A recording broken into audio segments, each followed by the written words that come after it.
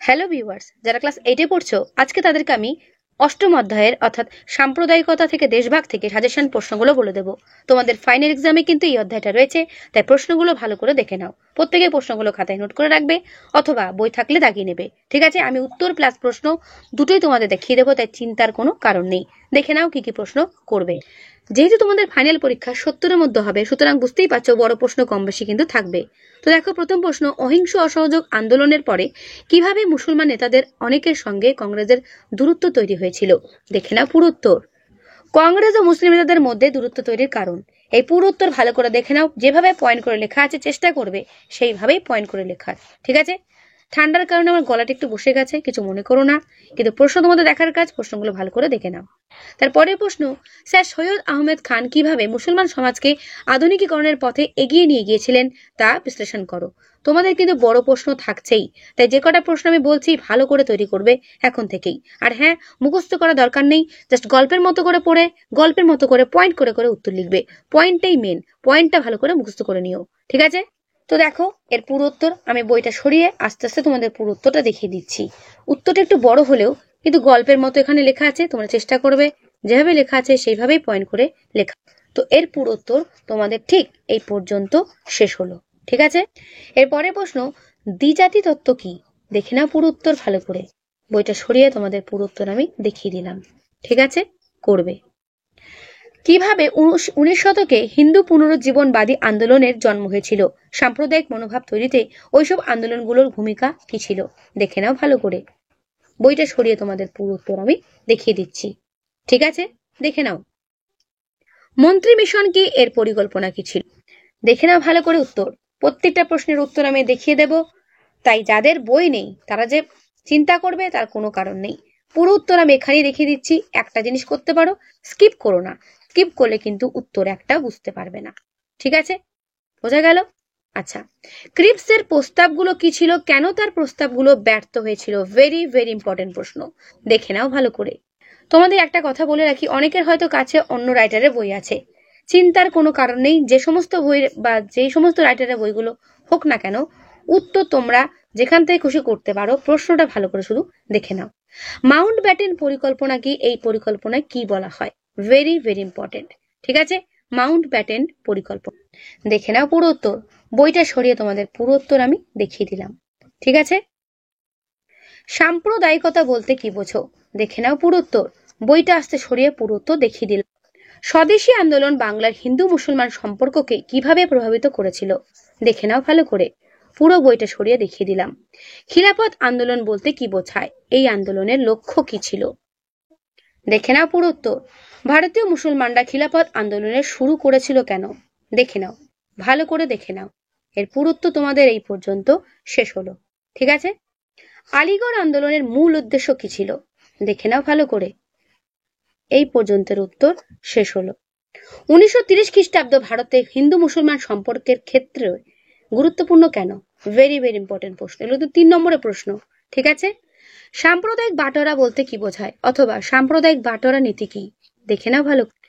এর পুরো উত্তর তোমাদের ঠিক এই পর্যন্ত শেষ হলো। ওকে, তোমাদের একটা কথাই বলে রেখেছি, উত্তর দেখে ঘাবড়াবে না, গল্পের মতো করে পড়ে গল্পের মতো করে উত্তর লিখবে। একটা কথাই শুধু মনে রাখবে, যে একটা গল্প যখন তোমরা পড়ো সবই কি মনে থাকে? জিসটুকু মনে রাখার চেষ্টা করবে যে কি বলা আছে, মেন কথাটা। ঠিক আছে, মুসলিম লীগের লাহোর প্রস্তাব ভেরি ভেরি ইম্পর্টেন্ট, অথবা পাকিস্তান প্রস্তাব কি? দেখে নাও ভালো করে, টিকার জন্য কিন্তু ইম্পর্টেন্ট রয়েছে। কৃষক প্রজা পার্টির মূল বক্তব্য কি ছিল? করবে।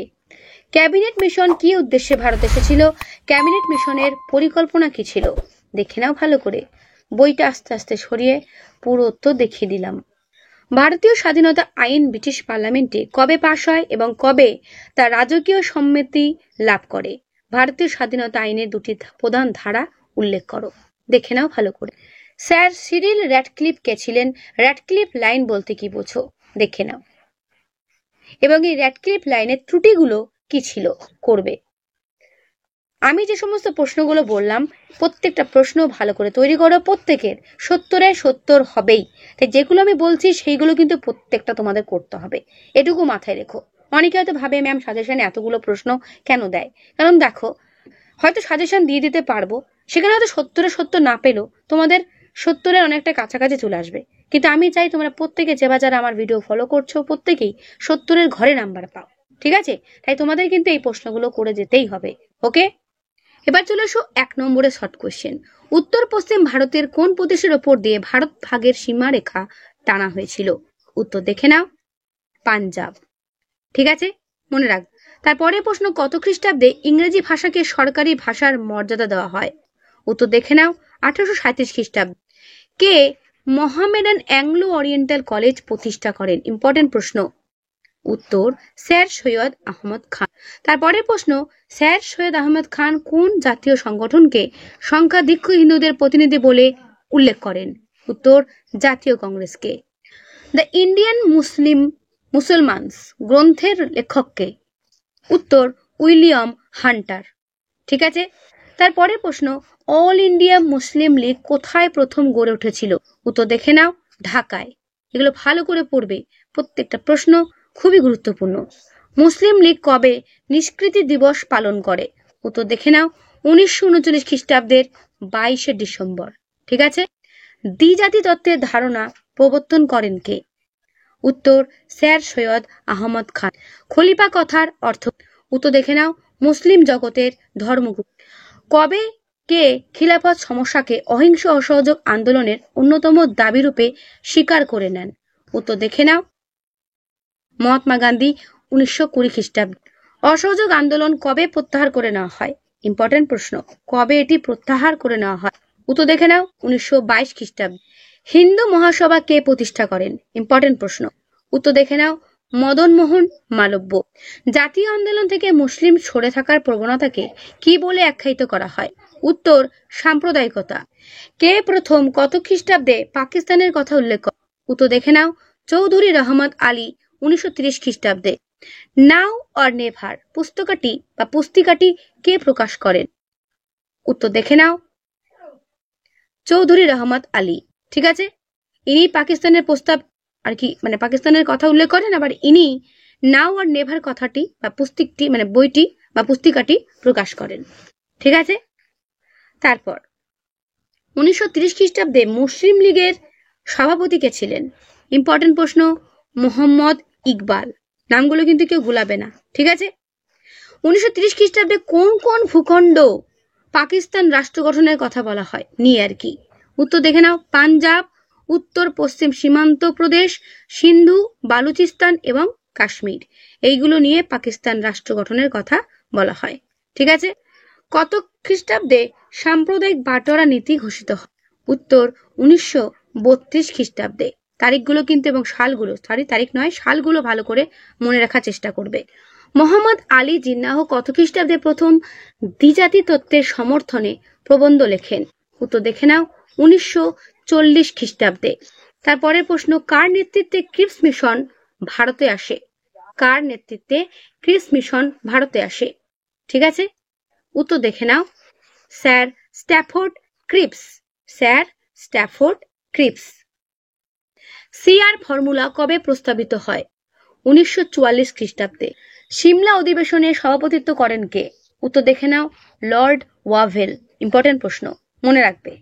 তারপরের প্রশ্ন, কে কোথায় কৃষক প্রজা পার্টি প্রতিষ্ঠা করেন? উত্তর একে ফজলুল হক, পূর্ব বাংলায়। খুব ভালো করে পড়বে এগুলো। শেরি বঙ্গাল কাকে বলা হয়? উত্তর দেখে নাও, ফজলুল হককে। ঠিক আছে, কে কোথায় ইউনিয়নিস্ট পার্টি প্রতিষ্ঠা করেন? উত্তর দেখে নাও, সিকান্দার হায়াত খান, পাঞ্জাবে। ঠিক আছে, তারপরের প্রশ্ন, ভারত বিভাজনের খসড়া তৈরি করেন কারা? ইম্পর্টেন্ট প্রশ্ন। উত্তর ভিপি মেনন এবং লর্ড লুই মাউন্টব্যাটেন। ঠিক আছে, পাকিস্তান ও ভারত কবে স্বাধীনতা লাভ করে? ইম্পর্টেন্ট প্রশ্নটি। উত্তর দেখে নাও, 1947 সালে ভারত ও পাকিস্তান যথাক্রমে একটি 15ই আগস্ট, যেটা আমাদের ভারত, আর 14ই আগস্ট পাকিস্তান স্বাধীন হয়। ঠিক আছে, তারপর স্বাধীন পাকিস্তানের প্রথম প্রধানমন্ত্রী কে ছিলেন? ইম্পর্টেন্ট প্রশ্ন, মোহাম্মদ আলী জিন্নাহ। ঠিক আছে, বা জিন্নাহ যেটা বলবে। তো যেগুলো শর্ট কোশ্চেন তোমরা দেখতে পেলে, এগুলো কিন্তু প্রত্যেকটা প্রশ্ন গুরুত্বপূর্ণ রয়েছে, ভালো করে কিন্তু এগুলো দেখবে। তারপর ফার্সির বদলে ইংরেজিকে সরকারি ভাষা স্বীকৃতি দেওয়া হয় কত খ্রিস্টাব্দে? উত্তর দেখে নাও, 1837 খ্রিস্টাব্দে। ঠিক আছে। আলিগড় কলেজে ইসলামীয় ধর্মতত্ত্বের পাশাপাশি কি পড়ানো হতো? ইউরোপীয় দর্শন। সারে জাহা সে আচ্ছা হিন্দুস্তা হামারা, এই দেশাত্মবোধক কবিতাটি কে রচনা করেন? মোহাম্মদ ইকবাল। কত খ্রিস্টাব্দে ভারত শাসন আইন পাশ হয়? 1935 খ্রিস্টাব্দে। ঠিক আছে। সাম্প্রদায়িক বাটোয়ারা নীতি ঘোষণা করেন কে? Ramsay McDonald. মনে রাখবে এই তিনটে প্রশ্ন যেটা তোমাদের দেখাচ্ছি খুবই গুরুত্বপূর্ণ প্রশ্ন। প্রত্যেকটা প্রশ্ন যেগুলো দেখানো সবই কিন্তু গুরুত্বপূর্ণ, সেগুলো একটাও কিন্তু বাদ দিও না। ঠিক আছে। তো তোমাদের সাম্প্রদায়িকতা থেকে দেশভাগ অষ্টম অধ্যায় থেকে এই হলো টোটাল সাজেশন প্রশ্ন। এগুলো ভালো করে করো, পরীক্ষাতে এর মধ্যেই কমন পেয়ে যাবে। ঠিক আছে। তো আজকের এই ভিডিওটা আমি এখানে শেষ করছি। কেমন লাগলো অবশ্যই কমেন্টে জানিও। ভালো লাগলে লাইক করো, অবশ্যই বন্ধুদের কাছে শেয়ার করে দিও। একটা কথা তোমাদের রিকোয়েস্ট করবো, পরীক্ষাতে তোমাদের সিলেবাস যা যা রয়েছে, কারণ অনেক স্কুলে কিন্তু আমি দেখছি পুরো বই না, কিছু কিছু সিলেবাসে কিন্তু পরীক্ষাটা হচ্ছে। তাই তোমাদের আমি রিকোয়েস্ট করবো যে যারা ভিডিওটা দেখছো অল সাবজেক্ট অর্থাৎ তোমাদের বাংলা থেকে অঙ্ক থেকে শুরু করে প্রত্যেকটা সাবজেক্টের ফাইনাল যে সাজেশন সেটা আমাকে কমেন্ট বক্সে কিন্তু অবশ্যই জানিয়ে দিও। ঠিক আছে। তাহলে তোমাদের সাজেশন দিতে আমার আরো সুবিধা হবে। তো আজকে এখানেই, দেখা হবে নেক্সট ভিডিওতে। ভালো থেকো সবাই।